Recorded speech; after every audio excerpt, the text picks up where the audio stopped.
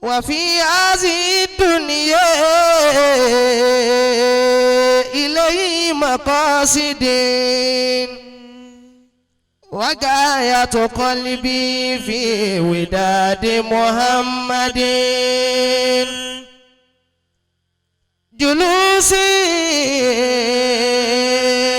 قيامي أو منامي بليلة على بطه كلها لمحمد بماء وجسمي قد تصلي على الذي له في فؤادي مستقر محمد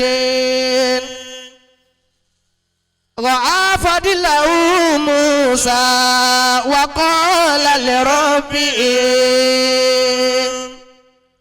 على ضمني يا ربي في اسم أحمد وقال له خصما أتيتك شاكرا فإنك عندي لست مثل محمد وقال له مولاه أهلا ومرحبا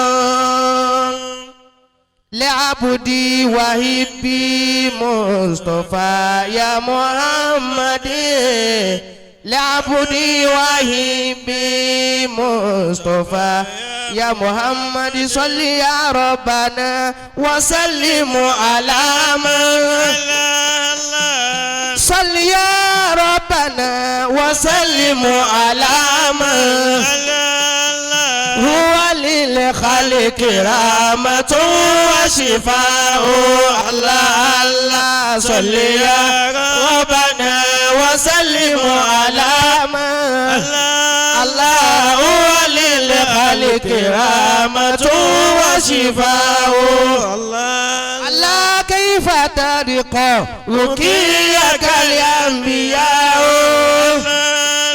كيف ترقى رقيك الأنبياء لا يا سماء مطى ولت يا سماء لم يساوك في غلاك وقدها الله لسنا بك دونه وسناه اللهم صل على محمد اللهم صل على محمد يا واسع الإحسان صل على محمد اللهم صل على محمد يا رسول الله النبي رسول الله النبي سيد الوجود يا رسول الله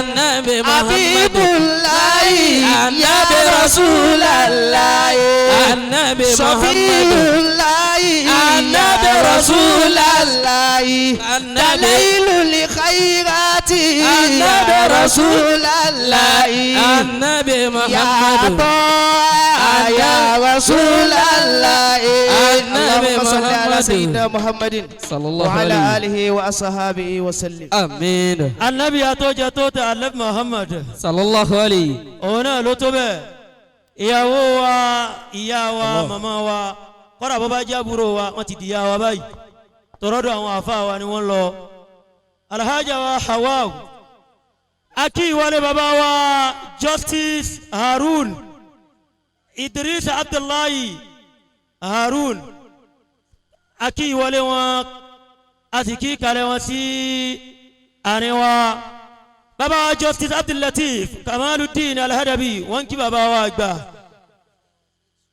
àwọn àti bàbá wa Sheikh Suleiman Al-Imamu Erubu wọ́n jọ wọlé bàbá wa Justice Harun wọ́n kí àwọn àgbàlagbà náà kí wọn bàbá ọlọ́run tó ṣe yín ní bàbá àgbàlagbà dáadáa ọlọ́run mọ́tò yín dábàá mi. àmín. ọlọ́run alẹ́ muhammad lọ́dọ̀ ọlọ́run. sallallahu alayhi wa sallam. bàbá wa àgbà sheikh abdullahi agbade bàbá wa malami ubandoma abakumullah wọ́n ní àná àwọn ní bàbá wa ọlọ́mọdé ìyárí yín pé àmín. ọlọ́run alẹ́ muhammad lọ́dọ̀ ọlọ́run. sallallahu alayhi wa sallam. ìyàwó wọn ti ń wọlé bọ̀ wá abẹ́ kó jẹ́ àgbo kó farabalẹ̀ náà ìyàwó ṣe sùúrù aki alfa wa àwíyé àgbà ọlọ́run oníjọba jẹ́ má bínú o àmín. mo recognize presence yìí gan. ìbànújẹ́ ò ní wọ̀ fún yín láéláé ìyàwó ẹ máa gbẹ́sẹ̀ lóyún kan ànílá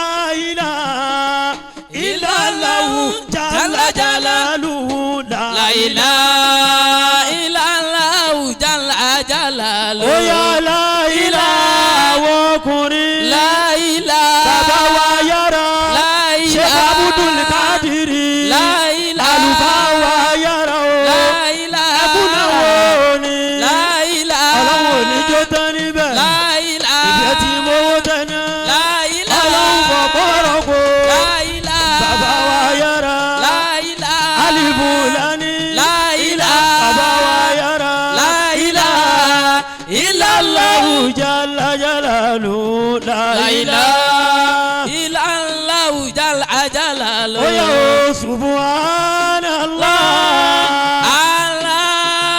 waliyamudulillah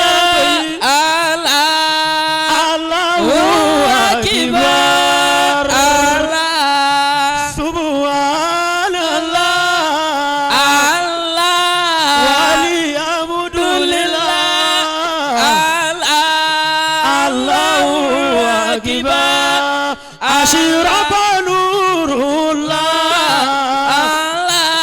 ashraqa nurullah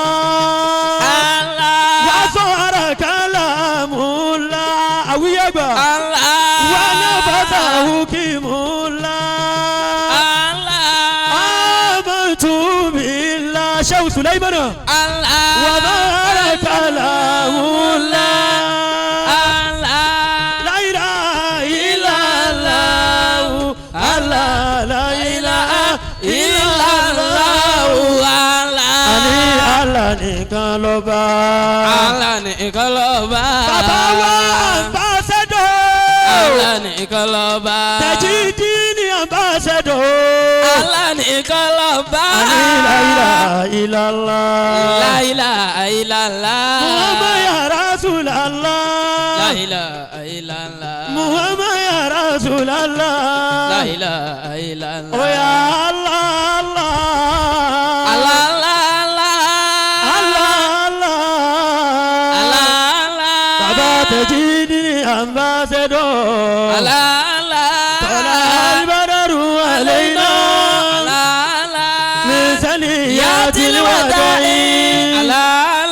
وجب الشكر علينا ما دعا لله داعي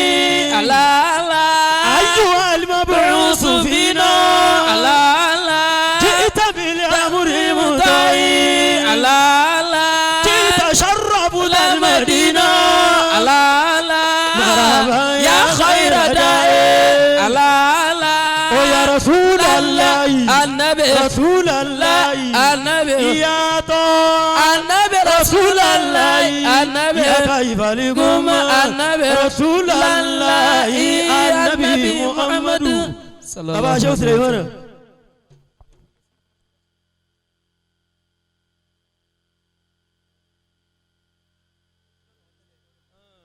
بابا سلطان الواعظين بابا الواعظ اليوم بابا صاحب البيان والتبيان أدام الله آياته بابا يورين كويدادا أدام الله آياته بابا ولي واسواتني وولساني مولانا صاحب البيان والتبيان أدام الله حياته. بابا تقوى ينرتي على قطورو الله.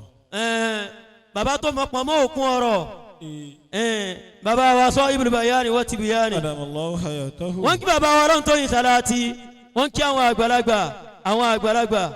àgbàlagbà